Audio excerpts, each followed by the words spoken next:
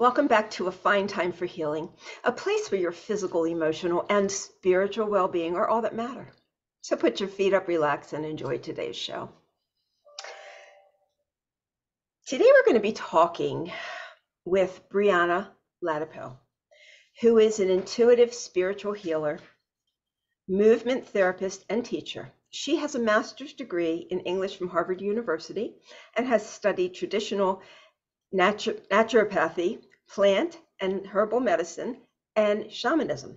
She lives in Florida with her husband and 3 boys, where she works with nonprofit organizations to heal trafficked and exploited children. Wow, that's something else. Today we're going to be Welcome, Brianna. Thank you. Thanks So for good to having have you. me. Today we're going to be talking about Brianna's book, Emerging from Darkness, a spiritual memoir and guide back to the light. This was such an interesting read that I think I read it in one day, and I related to so much of the story in your book. So I'm excited to talk to you about it. Me too. Okay, let's start off by telling us what was the purpose. Why did you write this book? No, I never intended to write this book. I've always been a writer, and I'd written in many different genres and a lot of commercial advertising and things like that. So I really had no plans to write my own story. But what happened, and a lot of this is in the book itself, I found my life going down a very dark road. And frankly, it's a miracle that I'm even alive, but we can get into that one later. Okay. But when I finally found an amazing healer who taught me how to heal myself, how to transmute the energy of the trauma, not just my own, but my intergenerational trauma. From my lineage was quite a mess, as I'm sure many can relate. Right. And once I got on the other side of that journey, amazing things started to happen. And my life opened up in so many different ways, and truly in ways that I had long given up thinking were even possible. I would have been happy to make it to 30 with the childhood that I had. And so when my life started to dramatically change, I felt compelled to start writing about it because I kept meeting people that had either a similar story or an overlapping childhood, whether it was the abuse part or the deeply religious nature of the family, just somehow feeling stifled and voiceless. And I feel like more people feel voiceless and powerless today than ever before in the history of this planet, which that's saying something, I agree right? with you. For I a do. long time, it's not exactly been a cushy existence, but things are quite polarized and brutal right now. So, it was actually my guides and my angels who essentially told me to write this book. And one day in the middle of the pandemic, they said to me, go away for 3 days and write your book. And I said, what book? Because 3 days? 3 days. And this was Okay. asking a lot because it's the middle of lockdowns. I had a brand new baby and 2 other boys who are now homeschooled because of the Okay. lockdowns. My husband is in the hospital treating COVID patients. We have no help because everyone's terrified of the virus. So and I was trying to work remotely, even though I had a new baby. So we were juggling a lot. So for me to say to my husband, baby, I need to leave you and the boys for 3 days. But he's wonderful. And at this point, we've lived together for so long that he knows that I'm not crazy. And if I say that's what I need to do, that's what I need to do. But I was a little bit nervous because even though he graciously allowed me this time, I arrived at my destination not having any idea what to write about. I didn't know there was a book in me. So I prayed for guidance and for the divine to pour through me whatever there was to say. And 3 days later, I left with 300 pages. Not prose, and just the thoughts and everything that had poured out of me. Right. And I thought the intent was then to clean it up and release it. But no, the message thereafter for almost 2 years was, okay, wait, wait, wait. And I kept thinking, what am I waiting for?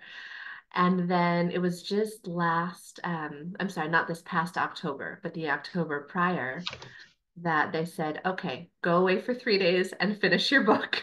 It's like, Ah! again, said, sweetheart, I'm Mhm. sorry, I gotta do it again. But sure enough, 3 days later, I had a completed manuscript. And so that's how the book was born. It was quite organic. Wow. Now, when you say they, are you talking about spirit guides, angels? Who do you communicate with? Both. I'm always talking about my spirit guides. They've been with me since the beginning. But my angels, some were with me as a child, and I wrote a little bit about that. But some have only, I was going to say showed up recently, but that may not be accurate. It may be that I was only more recently able to perceive them. Gotcha. Exactly. Right. I understand. You say in the beginning of your book, we are not responsible for what happened to us as innocent children or for what happened to our ancestors in their childhoods, but we're responsible to change that legacy. We must be willing, with God's help, to take responsibility for doing the work of transformation. Otherwise, we become willing players in our family's chain of pain. Uh, this is a very important statement because a lot of people feel as if they're being punished and they sort of shrink in the face of it, rather than making the changes that they need. Tell us about the legacy of pain that we have. So that is actually from my foreword. Those were Dr. Christiane Northrup's words. Okay. So not my own. However, I agree. Okay. And Okay. I can certainly speak to that. So at this point in our evolution as as a human consciousness, there's not a soul on this planet who's not carrying generations worth of pain. And that would be difficult under any circumstances. But what happens that I think most people are not necessarily aware of, at least in their conscious minds, is that when you have pain in your ancestral line, unless somebody actually does the work and possesses the strength, the wherewithal, the intelligence, and has the tools to break that cycle, you pay it forward. And it's not as if anybody, I hope, wants to do this. It's simply what happens. So trauma, every different type of trauma has a frequency, right? So it's an energy. It's something that you emanate. And again, not on a conscious level, but speaking through my legacy, we have a long family history of sexual abuse, very, very long, Okay. as far back as I am aware of, in fact, Wow. and probably much further than that, because Okay. these things don't just come out of thin air one day, right? Mm. These things are carried forward. So every woman that I am aware of in my ancestral lineage has been sexually Oh abused, my gosh. assaulted in one way or another. So that was never interrupted. That cycle was never dealt with. That pain was never transmuted. So it kept being born into every subsequent generation. So when I came along, it was really no surprise that I then experienced years of sexual trauma because I was carrying around the frequency of my ancestry, of my mother and her mother before that. And so at this point, I've come to believe that I am the one who came to interrupt that cycle because I never want this to move forward through one more generation, not through my beautiful children or anyone else's beautiful children. But that is what it takes to end cycles. You have to actively interrupt them, transmute the energy that is sitting in you, even if it doesn't belong to you, send it back to the light and find a new way to relate to the world, to really step into who you are, free of all of that external influence, pressure, and the definition of anyone else. Um, you say in the beginning of your book, though it may appear as though our world has never been darker or housed more suffering, humanity is experiencing an unprecedented awakening, and each of us has chosen to participate. We're witnessing the convergence of human understanding and divine expression that will ultimately lead to ascension of humankind and the creation of a new world that works for everyone. I have heard this over and over and over again. Is this a message that you got directly from your guides and angels? Yes, absolutely. Absolutely. So, um, so it isn't just uh, kind of our perception that this is going on, but this really is going on. There's a lot of things that are working themselves out right now, right? They are. That's part of the reason it looks so unbearably dark and violent and hateful out there. If you think of it as purging, all of this darkness has been here, right, for generations. For a very long time, it was simmering just under the surface, so it was able to hide in the shadow. But right now, as our energy ascends and as our collective consciousness grows, and we decide we don't want this way of life anymore, we actually want a world that is cooperative and supportive of all life.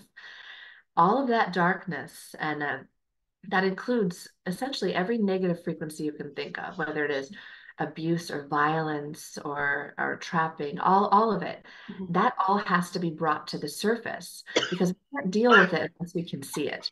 So it has to come bubbling on up so we can send it back to the light and create what we want. So I realize things look awful right now, but they're actually amazing. This is the last gasping, dying breath of a paradigm that wasn't working. That's so hopeful. That is really hopeful. And it takes, a lot of faith. But as I said, I've heard this so many times in so many different ways, and I believe it's true. It's just really hard to go through this last piece. Um, you said that you were a joyful little creature, but you didn't feel compatible with your surroundings. What did you mean by that? Well, when I think about myself as a child, I trace back basically as far as I can remember. I remember feeling like a little fairy you'd see in a cartoon. I loved everything and everyone. I loved the outdoors. I felt so close to the earth. I loved the flowers and the ocean and just all life. It felt like it would speak to me, not in words, but when I was near it, it's as if we would share a vibration and I would feel so fulfilled and just warm and elated. It's almost like being in love, right? You just feel so supported and loved and protected and Right. like you were in exactly the right spot. And then humans would cross my path. And I love humanity. I truly do. I'm here to be of service to humanity. The humans that I was born to, I should say, because it is now by my belief that I chose all of this. So I chose to be born into a family that was deeply dysfunctional and unhappy, um, Mhm. very fundamentalist, very religious, very dogmatic. And they did not know what to do with me. God bless them. They just thought that I was nuts. And so I kept coming up. I was in with all my joy and my light and my sparkle. And then I kept running into absolute misery. People who wanted to destroy my joy because they didn't have it, because it challenged them, it confronted their belief systems. And at this point, I feel like that paradigm has existed for so long that even the systems we live by, right? The medical system, our political system, our academic system, even all of these great big entities are imbued with the frequencies of misery, dominance, control, Mhm. manipulation. Yep. And I just didn't understand. That's this little joyful thing. I didn't know what was wrong. And I was really certain that I had landed on the wrong planet. I used to land in the stars, And that's especially after I amazing. saw ET. I said, please, somebody come pick me up. Right. And that's amazing for a little child. I mean, so you felt that way back. I mean, I felt that as an adult that I'm on the wrong planet. But no, I really do. But I didn't feel that as a child. But I just it wasn't a happy childhood. And you said that um, you found solitude in being by yourself and being in nature in meaningful conversations rather than small talk. Yes, yes. Because if I was in nature, if I was outside and away from those dark energies of unhappy people, I was great.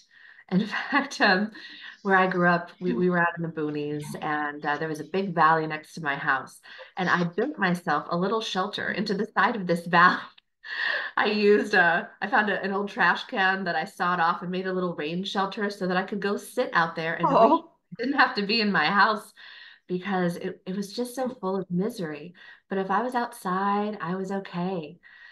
And it wasn't until much later in my life that I really started meeting, I call them soul sisters, soul family, soul brothers, people who, the instant you meet sometimes with someone, you feel this deep, beautiful resonance. Right. And you know that something much larger than a human experience is happening. Right. As a kid, I really didn't have, those were few and far between. And it was almost never with other children. I only found it with adults. So everybody thought I was very strange. Yeah.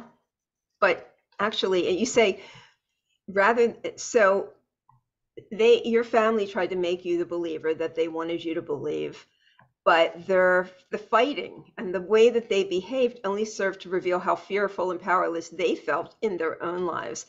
Um, and you could see this. You could see that this none of this made any sense, right? Yes, it was very confusing because so one side was fundamentalist Catholic and the other side was fundamentalist Protestant. So already they just hated each other and it was constant warring.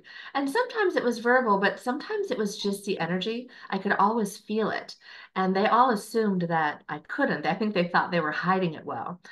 But oh boy, holidays were not fun. Oh, wow. But they were constantly, each side was always trying to convince me and my sister, though I'm not quite sure how she processed this, but they were always trying to convince me that their side was not only correct, but the only way to see it. And if I didn't agree, I was going to hell. Oh, And I remember thinking, this is absolute absurdity.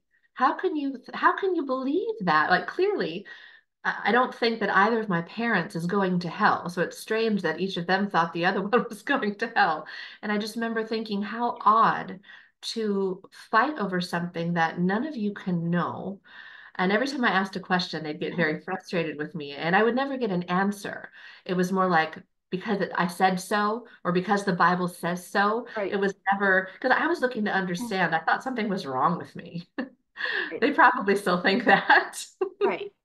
I used to get the same answer because that's the way it is. I And I never kept see. thinking to myself, where's the rule book? Yes, Rule book that these are crazy rules are coming from, because and I wanted to know things too, and I never got the answers because my family didn't have them either. exactly. That's what it took me years to figure out is that they couldn't answer me because they didn't know. They didn't. And then I was more disturbed by the fact that they never asked and they were comfortable blindly following this doctrine, whatever it was. And that's certainly not to disparage anyone's beliefs or doctrine, because we each have our own Right, sacred path we follow, and it's different for every soul walking the earth. right. But to force your beliefs on another felt so out of alignment to me that I couldn't understand it. And it took me years to realize that I wasn't supposed to. I did not come to fit in. Mhm. Yeah, I wrote my memoir, and I have other books out there, but when I wrote my memoir in the beginning, I talk about as a child, I just could not look through the same narrow lens that my mother did. I just couldn't. I knew so much more was out there, and she tried to keep everything real small and real controlled. And I never saw things that way. Um, but I was a pleaser child, so I never made a fuss. You said as a child you didn't realize that everything that you suppress comes back to torment you in one way or another. And so you've experienced physical ramifications for this, right? Yes, I was a pleaser too. I figured out that that was the only way to avoid the persecution. Right. So I became an expert at mirroring and reading the room and essentially behaving exactly the way they wanted me to. But I didn't realize that suppressing my soul and my intuition and that voice and my angels and my guides, it was really costing me. And I didn't figure it out for many years. But even as a little girl, when I made that decision to turn it all off and try my best to fit in and stop making them so angry, I started getting sick. I had brutal, vicious migraines. As far back as I can remember was the age of 3, but they may even have predated that. It's hard to say.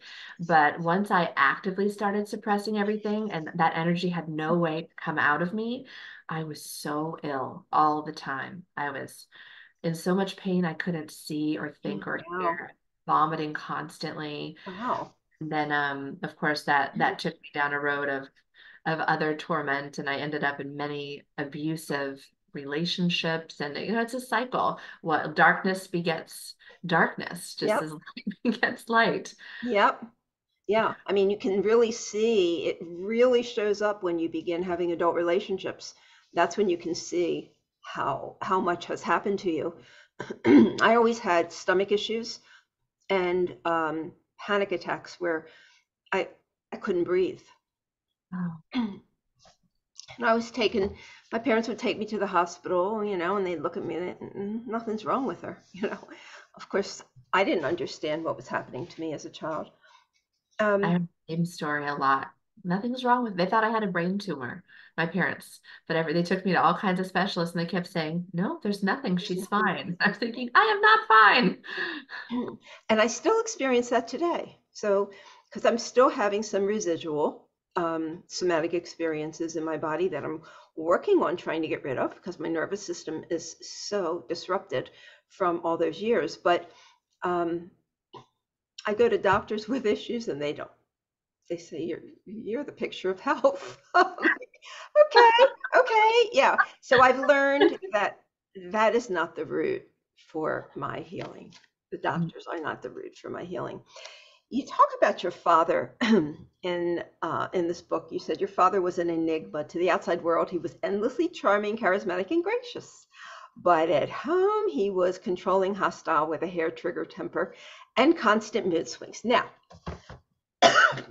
I have to tell you, and you may already know this, that my expertise is in narcissistic abuse.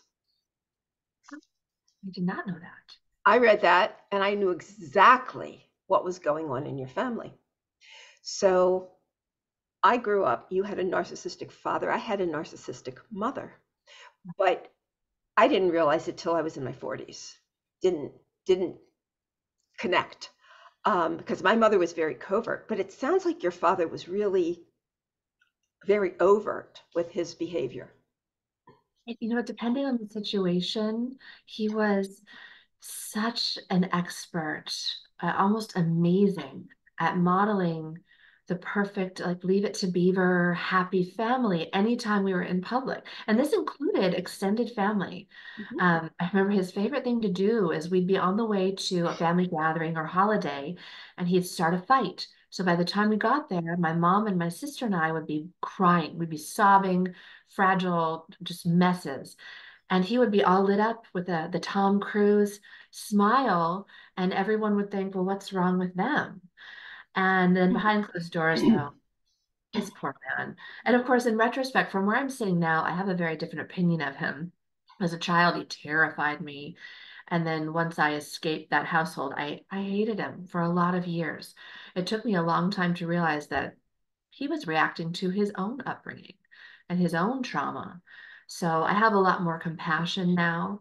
But yeah, living with him was extremely difficult. And he scared me to death because he was so volatile. I used to like pray that friends or family who were visiting wouldn't leave because when they did, all bets were off. And what you're describing is really textbook of how families operate when there's a narcissistic parent. Behind closed doors, it's chaos and confusion and pain and loud and anger. And when you go to somewhere else, that person is the picture of perfection. Everybody loves the narcissist. Everybody loves them. Everybody loved my mother, everybody sent her love notes and oh, you're so wonderful. They would just praise her up and down because she knew how to work a room. And they're amazing at it. They Hmm. really are. Yeah, I actually learned a lot in retrospect. I'll bet. I'll bet you have. Um, so, but knowing that you grew up in that environment tells me a whole lot about your experience. Was your mother an enabler? Did she enable him to behave that Oh, way? absolutely. And I think looking back, because I used to be really angry about that. But I wrote about that a little bit, that even though he was the more perceptibly abusive party, by the time I left that house, she was the one I was most angry at because I felt like she just let it happen. She watched it happen for years. And it is not my personality to stand by and watch abuse happening and not do anything about it. So I was angrier with her. But now I realize that she was just trying to survive. So she was the ultimate enabler, perpetual Yeah, victim. right. And in my book, Close Encounters of the Worst Kind, which I wrote about narcissistic abuse, I have a whole chapter devoted to the enabling spouse.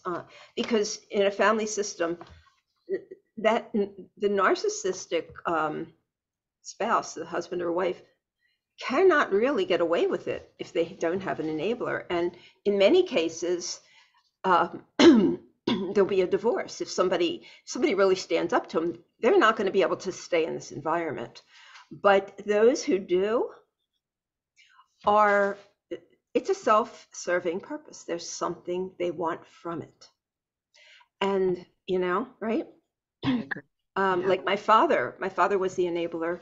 He lost his mother at age 5. He didn't even remember her. So my mother was his mother. She was that she served that role for him.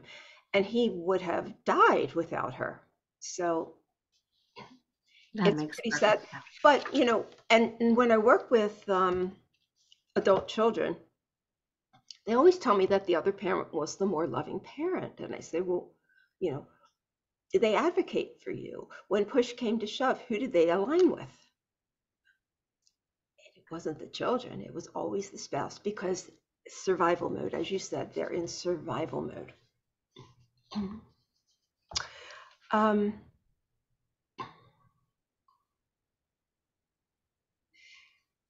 You said, thanks to the education of your childhood, you already knew how easy it was to manipulate fundamentalists, in this case, the religious variety, into senseless action by convincing them that someone irretrievably strayed from the flock and thus poses an existential threat to their well-being.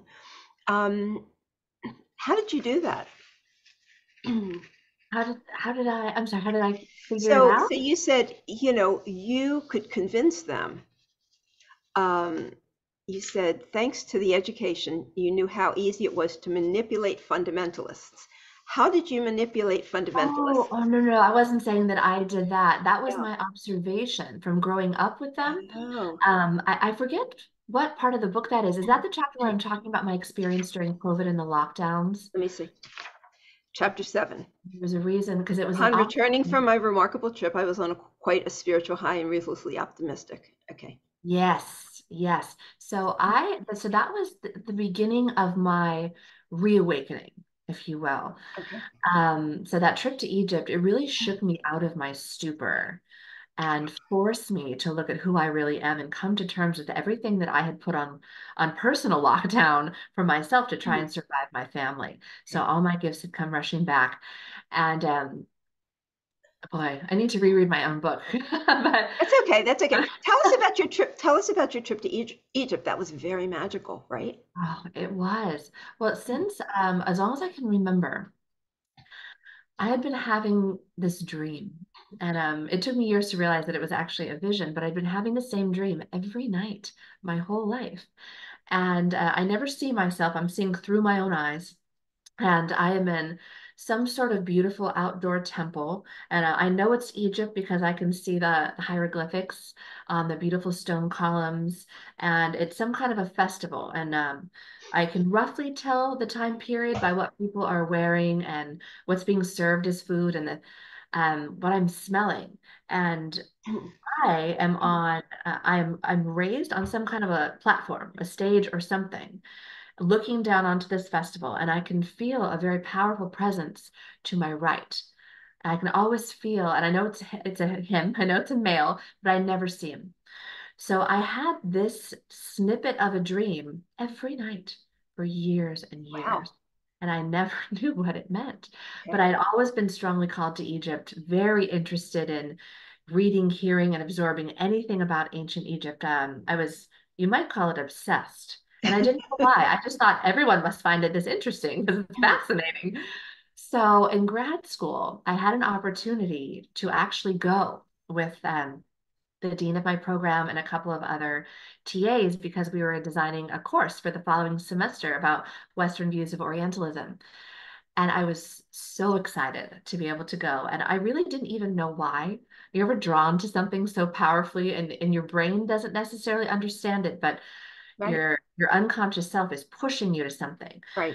So anyway, I arrive, and this is a very long story, so I'll have to cherry pick. Okay, okay. But from the moment I arrived, I felt for the first time in my life like I was where I belonged. So it was the inverse of my childhood experience, right? Where here I am with my loving family, and I was dying to get out of there. Here I arrive in a country that, by the way, my family was furious with me for going. They called me a terrorist sympathizer. Oh, wow. This is, yeah. Okay. So this is the level of consciousness we're dealing with Right, there. right. So I arrive in this place, and yes, I was a woman, not quite alone, but not traveling with a partner. I really had no idea what I was doing there or of the customs, but I had never felt so comfortable anywhere in my life. It felt like I'd come home. And I thought it was a little odd, but I just went with it. And from then on, I had a series of remarkable experiences. Every time we visited a temple or some sort of holy, sacred, religious site, I was having visions that they were blowing my consciousness open. I was having memories, and I did not realize until this trip that that dream I had was actually a memory. It was a vision. And I was wandering through the Temple of Karnak, which is the most massive religious site still on this planet. It's huge. It's like a city. So I was wandering aimlessly, kind of letting my soul be my guide and walking through these columns and temples and just what's left of Karnak. And I came into this clearing where there were several of these large pillars covered with hieroglyphics. And I felt pulled to one in particular, and I put my hand on it. And when that happened, I disappeared. I could hardly describe it, but immediately, my eyes closed involuntarily, and I was back in my vision, in that dream that I had had every night. And I realized I was standing in the place that that vision was happening, Wow. but it was thousands of years earlier. And I got so much more of the picture, and I remembered like this being to my right. I remembered who I was, and I realized that for the first time, I think in my life, that I wasn't crazy, that I wasn't imagining any of those things that happened to me as a child, or I had many other visions too. But that moment really solidified for me that I had to pay attention to that voice inside me that was trying to come out, that I had come to Earth for a reason, that I had experienced that family for a reason, and that I had work to do. And that was the beginning of my awakening. And part of the way that plays into the question you asked me previously is that experience really served to shake me out of whatever religious confines were still draped over me. I had done my best to buck them off and had studied many world religions, traveled extensively, trying to understand where this need to believe in something specific had come from. Because honestly, I never understood it. I have no problem with anyone's beliefs, but I really did not understand this what I saw as desperation to cling to a very dogmatic particular set of rules.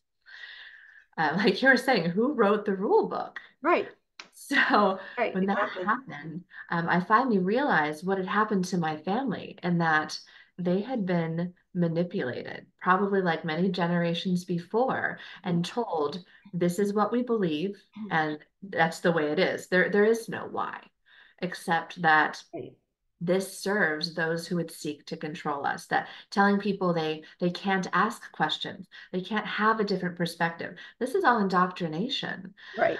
And I'm not, I would never ever tell anyone what their journey is or what their appropriate belief system is. Right.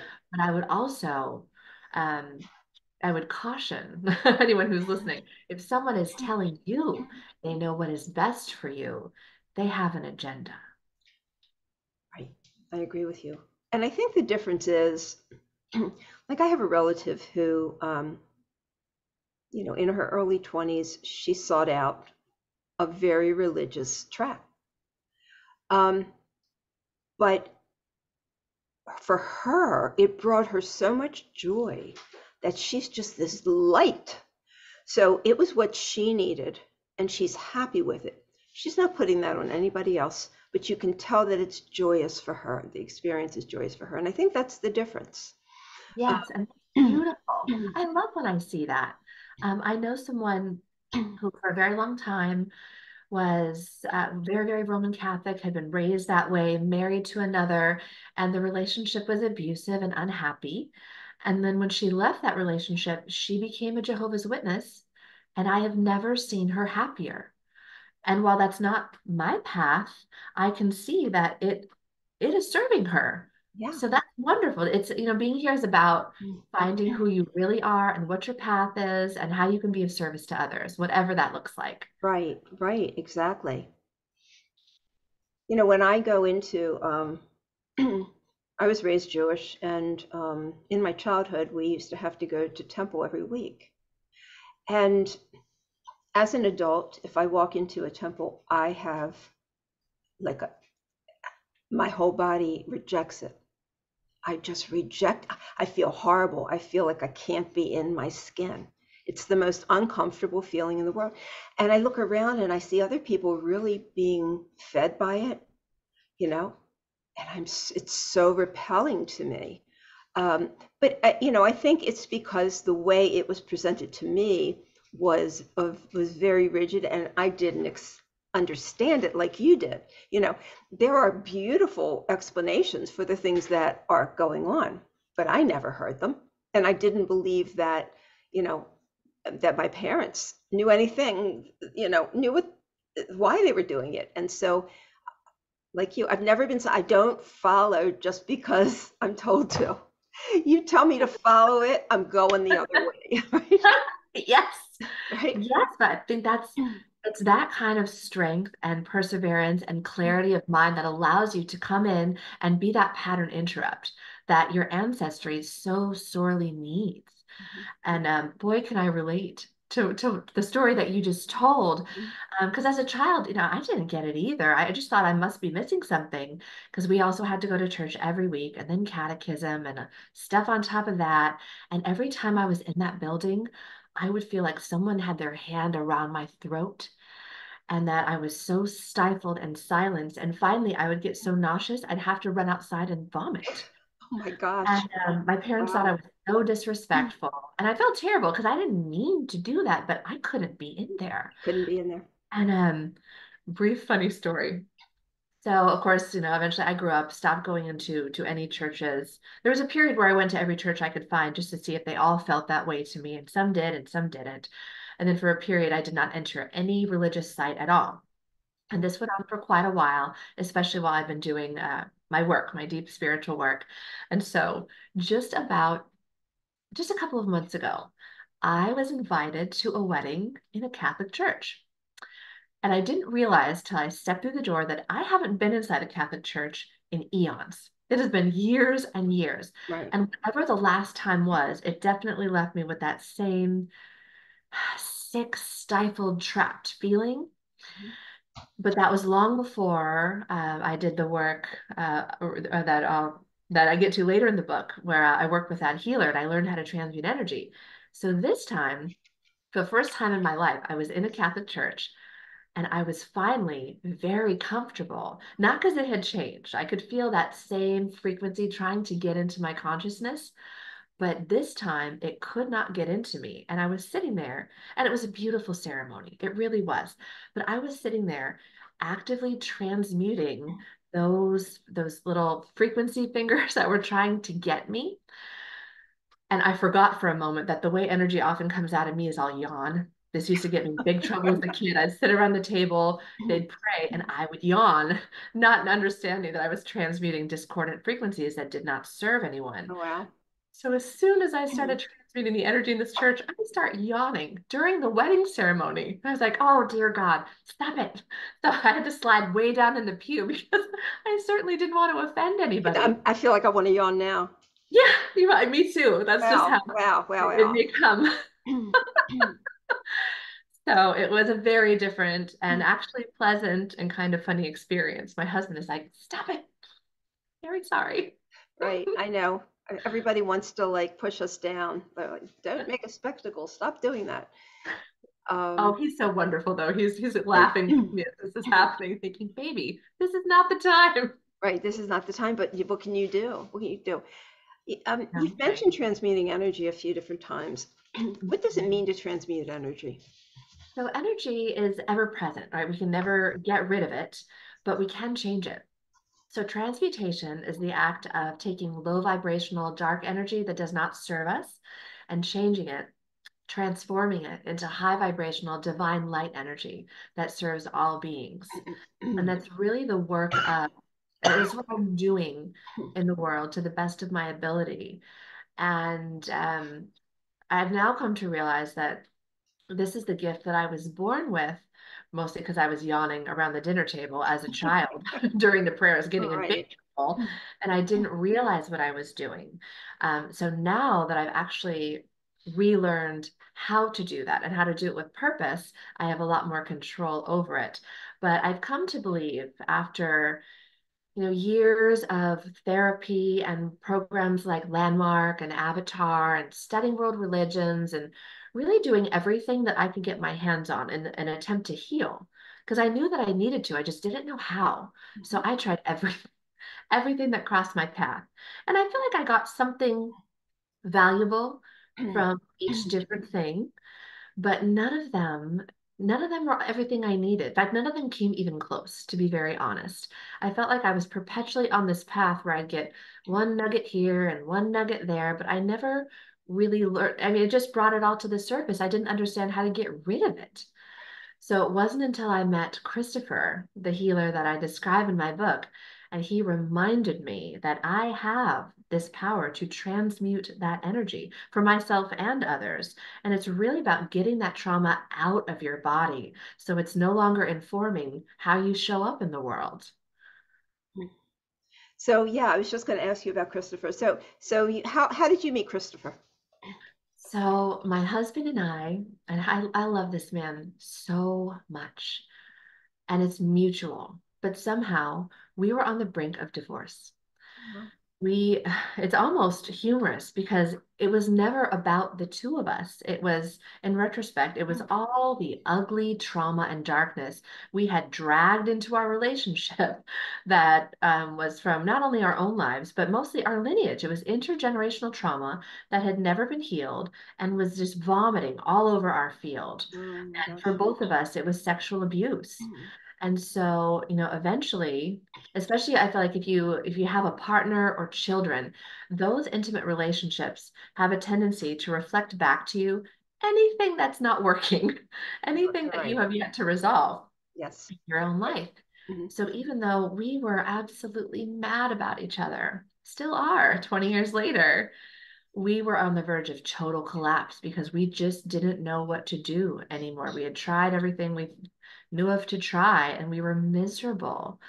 So one day, I was telling this story and basically having a breakdown on the table of my longtime body worker from when back when I lived in LA. He's a good friend of mine, and I was just crying. I was at the end of my rope. I didn't know what to do. I was about to leave my husband because we had three very young boys at the time, and my poor husband's trauma showed up as him just exiting his body. He would just not be there anymore. One small stressor or trigger, and his physical self would be standing in front of me, but his soul would vanish. He would become completely numb and just not there. Oh wow, that's so hard to deal with. It really was. And of course, my trauma wasn't helping because mine would be to try and take control and overcorrect and get very angry and full of rage. Right. So this was not a healthy combination. Okay. And so I'm telling my friend all this. And that day, he had taken on a new partner in his practice who had asked if he could sit in on our session. And I had said, sure. And poor guy, I think I forgot that he was there, honestly, as I'm pouring my heart out. And then I hear his voice quietly pipe up and say, I know we don't know each other, but I have a guy I think you should meet. And I was desperate. I would have tried anything that I thought could actually be helpful. So I said, yes, please tell me. Mhm. So he told me a little bit about a man that he had gone through 20 years of training with, really amazing stories. And he told me, he said, well, he's a little out there. Why don't you get his book and see what you think? I said, okay. So I ordered the book. The moment it came, I didn't even need to crack that book open because his picture was on the cover. And the resonance, the deep soul resonance I felt for this man was unbelievable. In fact, the only time I had ever felt that before in my life was for the man who's now my husband. And when we met, I had the same thing happen. So I Mhm. thought, okay, that's it. I'm going to call him. And long story short, my husband went to work with him first. So we spent uh, a week with him. And it was he would go for the day and come back and go for the day and come back. So when he came back the first day, I noticed that he was actually present with our children. He was laughing with them, and I don't think I had realized that I'd never heard him laugh. He was so serious and had so much stress all the time. And then, oh, I should also mention from the day I met my husband, he's had a very dark entity attached to him. Okay. It almost looked like a shadow. And I knew it wasn't his. I could tell it was from his maternal ancestral line, but I Wow. didn't know really who or what it was, but it was always there, Okay. like a curse. By Wednesday, this entity was a couple feet away. So it was still hanging around, but it had let go of his body. And I thought, wow. And his eyes, I remember the whites of his eyes were so bright. I felt like I'd never seen his eyes before. And by Friday, he was the man that I had always felt that he was, but he could never express. He was present, laughing. I remember we went to a wedding shortly thereafter, and he danced with me. He had never wanted to be joyful or expressive or in the moment. He couldn't before. And just the miraculous transformation I saw blew my mind. And I thought, I need to go see this guy. So then I went to see Christopher. And the experience, it would really take weeks to share, but in a very short way. Um, Actually, I'll tell a brief story that I think might help the souls who are listening understand what I experienced that day, because I really didn't know what to expect. Okay. So when I pulled up to it's his office, but it looks like a home on the beach in a very lovely area. I saw that his place was under construction. And my heart sank because there was a big construction crew, lots of workers, and I was going to have to walk through them to get to the front door. And I think every woman has had this experience where it's not pleasant to walk by a construction site. And in my case, I had had a really horrible experience years earlier that started this same way. And so part of me didn't even want to go in. I thought, oh, is this an omen? Is this a bad sign? Maybe I shouldn't go. But Right. I thought, no, I'm here. I'm going in.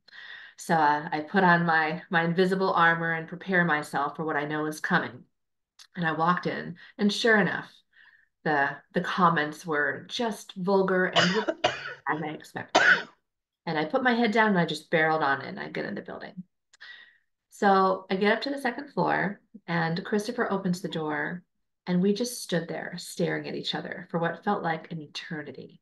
And I recognized him. I knew who he was. I just couldn't quite put it together. And he said, I've been looking for you. I thought, what is happening? Wow.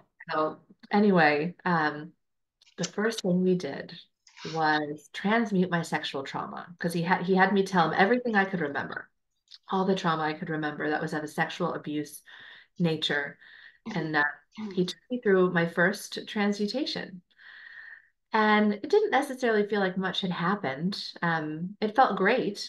And then after we were done, I had an extraordinary vision that would take far too long to explain, but it is in my book for anyone who's interested. But Okay. then he said, okay, go out, go for a walk, go have lunch. And I thought, all right. I didn't really know what he was doing. He had a twinkle in his eye. So I walked back down the hall and called the elevator. And when he had told me that we needed to transmute the frequency of sexual assault because I was attracting this experience to me over and over and over. Okay. So the elevator door opens, and who's inside this tiny elevator but the construction worker that had been the most disgusting just 2 hours earlier? And again, I almost failed. I almost ran for the stairs, but I thought, nope, the stubborn part of me doesn't want anyone to displace me in the world. So I got it. And this man looked down at the floor and said, "Excuse me, ma'am, you look, or I hope you don't mind my saying, you look beautiful today." I thought, what? And before he said something lewd and crude to you? So vulgar, like too vulgar to even, that's why I didn't put it in the book. I Right. couldn't Okay. even type it. Okay. And then I was confused. I thought, did something fall on your head? What happened? What are you talking about? And he stared at the ground all the way down, and he didn't say another word. And then when the door opened, he looked up. He didn't meet my eyes, but he tipped his hat, literally. Like Thought, really like a gentleman. yes, he was. It was deferential. And then I walked out through the rest of the construction workers, and there was not a peep, not a word, not a whistle, nothing. And for the rest of my lunch break, I had more experiences just like that would have gone very differently hours earlier. And I finally understood what Christopher meant when he said, we need to change your frequency.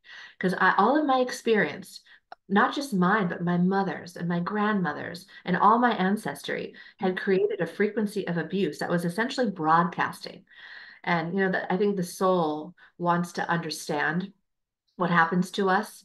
So it draws that same experience over and over until we can actually work it out, work through that trauma. And in one transmutation, he rid me of that frequency. And since that day, I have never had a disrespectful interaction with another man again. Not once. And that was years ago now. That is so cool. I came into this world terrified of men, and I would feel creepy around them. And I knew that I had something that had happened to me or could have been energy from before. And up until my maybe like the age of 23, 24, 25, I had a lot of weird, I attracted a lot of weird sexual energy to me. Mm. Um, and that doesn't happen anymore. I don't know how I did this, but there is still something. Somebody can look at me, a man, it has to be a man, can look at me a certain way, and I feel the creepy come back. And it can be anybody. These are innocent people. They're not being creepy, but there's something that reminds me of something that brings it back. So, how did Christopher, did you have to do anything to transmute this, or he just did the work? So that's a tough question to answer. I can answer for myself because the journey is completely different for every person. Okay. So a lot of the work is physical because trauma also lives in our bodies, right? It lodges itself into our organs, our energetic pathways, and that all has to be pushed out, which is not pleasant, but boy, is it effective. But because I had so much sexual trauma, he didn't even touch me until day 4. Okay. So for the first few days, it was a lot of talking and verbal and energetic work. So, what a transmutation with him looked like for me then, especially since I had no memory of being able to do this for myself, Right. he would say the words and I would repeat them, speaking to my own body, my own lineage, my own soul. Because really, we have to do the work ourselves. Someone else can assist, hold the space, and give us tools, but we have to pull that energy out and send it back to the light where it belongs. Okay. So that was a lot of the first few days. And some of it feels like traditional therapy in that you're recalling the experiences that need to be transmuted. But then the difference is you actually get them out, which is lovely. But then a lot of the work is physical. So it is intense. I will be very honest. It's an intense journey, but the payoff is miraculous. I didn't even know this was possible. And my husband says the same thing. And he had a totally different experience. But what we have in common is that on the other side of this work, we both feel such an incredible freedom that was never there. We can literally feel the places in our bodies where we were holding all of this trauma because they became empty. We literally got rid of that trauma, and then it became a bit of a vacuum where then you have to fill it, right? You have to decide Oh, right. or who you really are. So now, in a relatively short period of years, our lives have completely changed.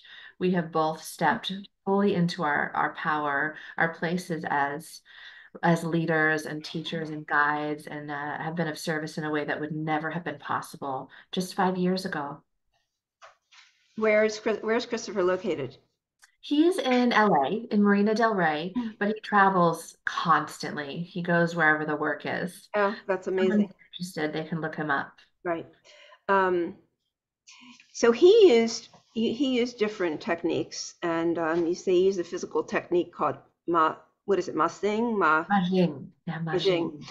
which engages the bladder channel, considered the master channel in Chinese meridian theory.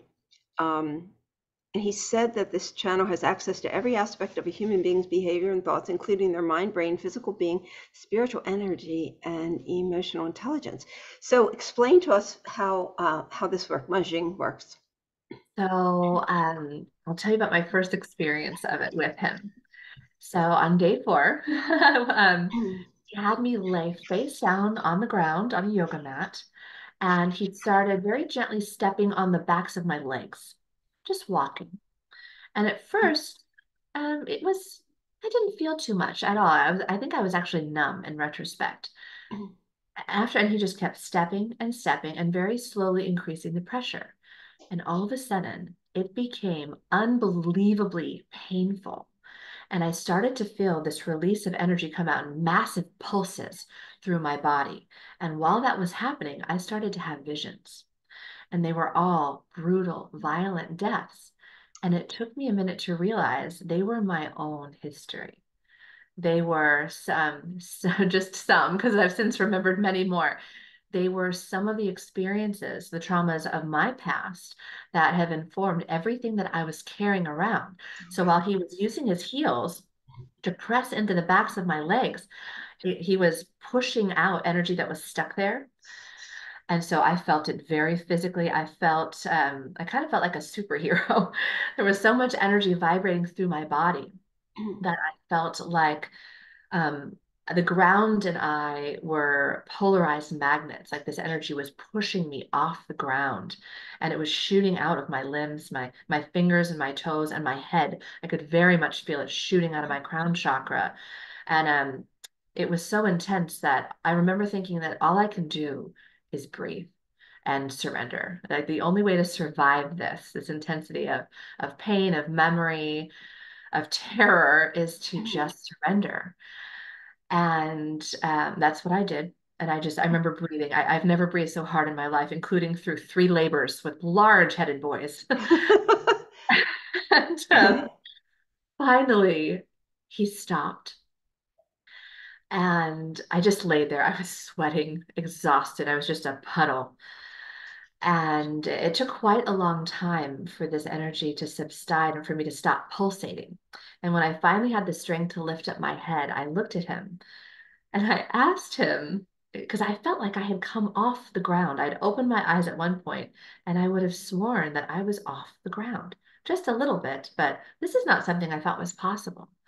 And I said, was it my imagination or was I actually meditating? And I say this thinking I'm crazy for even saying this. And he winked at me and said, why do you think I was standing on you? So make of that what you will. Oh, Uh, wow. So who knows how high you would have gone? Who kn- I did, that version of me didn't even know that was remotely possible. I would have thought, if someone had said that to me, I would have thought, you are crazy. But the things I've experienced in subsequent years have taught me that truly anything is possible. But the most interesting part was, after I finally recovered a bit, he said, okay, go walk up and down the hall until you feel like you can walk again. I said, what are you talking about? Walk again? I got up and I fell down. I could not walk because all that energy and that trauma had been in my legs my whole life. So my relationship to time and space was defined by whatever was in there, right? I'd learned to walk with it in there. I'd continued to walk with it in there. So once he had removed it, I couldn't walk. It took me about 20 minutes of kind of stumbling up and down the hallway and reorienting my body to the world, that my body kind of not relearned, because that's a little strong, but I had to almost remember how to walk again without that stuff in there.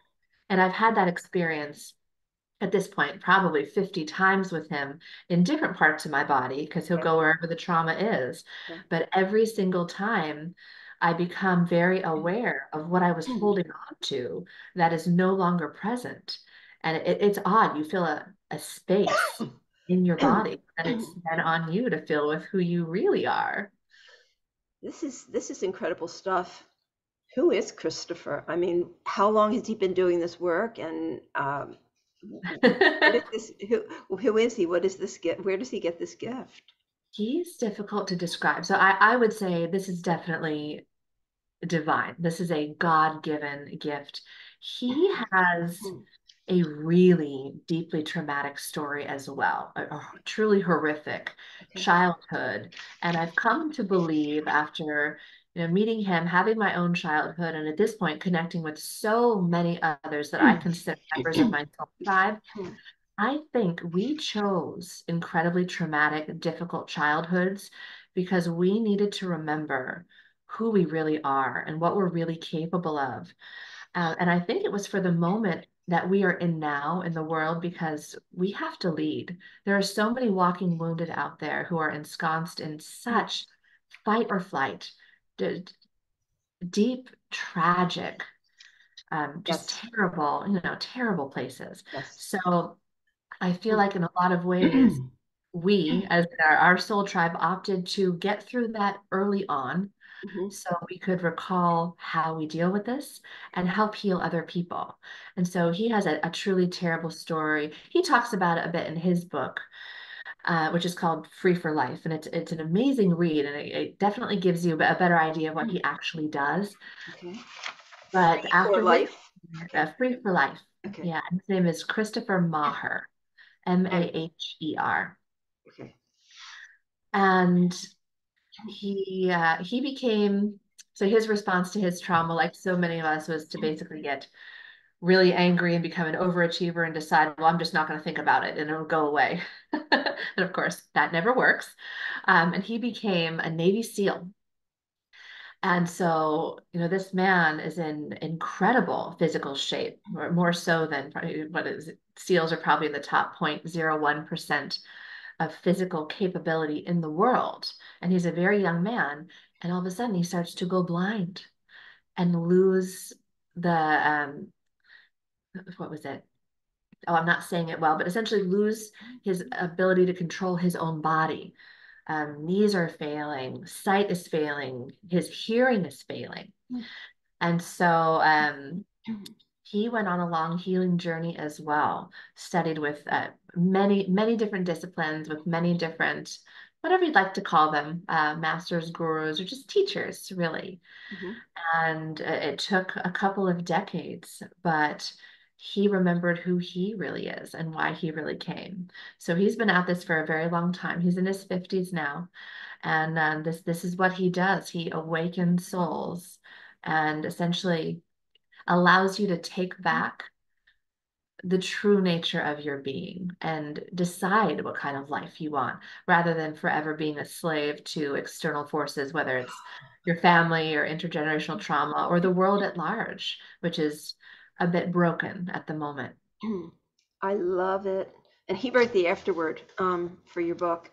You did. So we're pretty much at the end of the show, but there's this. But you say in the end, before the afterword, by being honest, you magnify the vibrations of honesty and make it easier for others to be honest. Hold up your divine light like a beacon of love and truth and light. Light the path forward for those who cannot yet see. I want you to talk about that a little bit because I truly believe that we can do this, and this is really our responsibility, is to not follow the path of darkness and confusion and fight against it, but to light up and shed light on things, right? That's my feeling, right? Absolutely. I could not agree more. It took me a long time to realize that the way to really light up the world, change the collective consciousness, and end these cycles of violence and suffering that have been plaguing Earth for so very long, so many generations at this point, is not to rage against the machine like I used to. Oh, you did? Okay. Many past lives. That's why I was killed so many times. And even Okay. in this life, my initial inclination was to scream and fight and yell and battle and write to my congressman and Mhm. just it was kind of a violent and aggressive response. Right. I really wanted to fight the power as I saw it. But it's taken me this long to realize that the way we actually change the system cannot be from within the broken system. You can't fix something broken from inside of it. You have to Right. step outside of it and create what you want to exist. And for me, actually, something Christopher said to me once really made an impact. I don't think I'll ever forget it. It was early on in COVID. I was actually consulting for a big Ivy League medical school at the time. And prior to COVID, I had loved it, been a great relationship. But during COVID, they became a part of the narrative that was telling people to stay in their homes, stop associating with their loved ones. There was no messaging about diet or nutrition or how to be healthy or that a social circle is important, fresh air is important. It was none of this. It was all this very dark narrative of Mhm. fear. Yeah. And I didn't want to be involved in it. And he said, but what if your energy is the only thing there that's keeping them from going over the edge? One drop of black paint can turn an entire can of white paint gray. And Oh, I realized, I was like, oh my God, it's energetic. We have to change this energetically. So it's not, railing about the our broken healthcare system, or really all of our systems are quite broken at this point, or big pharma or the war machine. Because of course, all of that, it's designed to manipulate. It's designed to elicit fear. Because when humans are fearful, we're easy to control, right? If they dangle the bait and say, oh, look at this, this will kill you if you don't do X, Y, or Z, right. then we fall into compliance and we are not in creation mode. Because humans are actually very powerful creators. There's some of this messaging in religion. We are reflections of the creator, but so often that message gets warped and twisted to kind of keep us under the proverbial thumb. But what we really need to do is embody our divine light and lead by example. We need to be the kindness and compassion that we want to see in the world. We need to stop responding to what I affectionately refer to as the dark side's attempts to pull us back down in the gutter. It doesn't mean that what they're doing isn't horrible and that we don't deeply empathize with those who are being harmed. The only way to change it is to pull that energy up into the light. So yeah, thank you. You said that very well.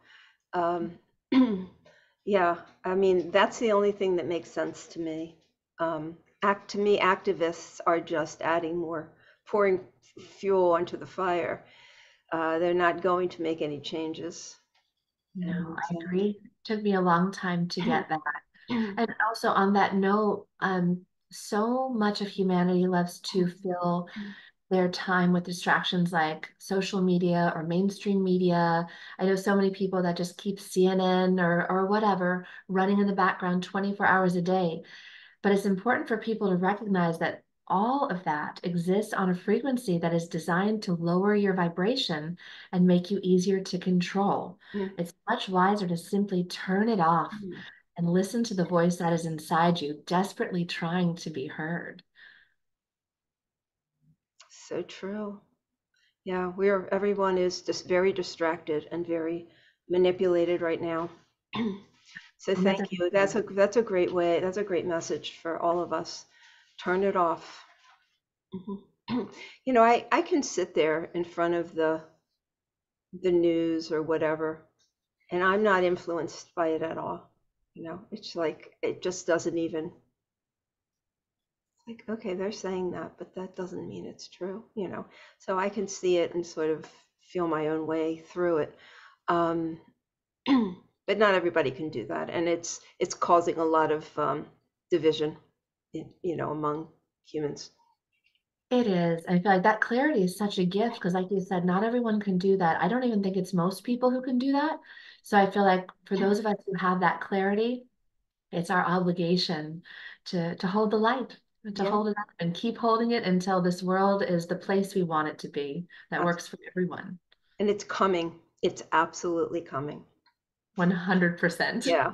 I had somebody who did Chinese astrology on the other day and on my show, and she said she was talking about the years, and the next year is the year of the dragon, the Chinese year of the dragon. And I said, well, what is that going to be like? She said, it's going to be a lot of confusion and chaos. She said, but the following year is where it's all going to just chill and be kind and wonderful and soft and loving. So, we may have another year that we have to really focus that light hard, but sooner or later it's going to happen. It's going to happen. So, Oh, that's beautiful. And I love her perspective because I feel similarly about the timeline.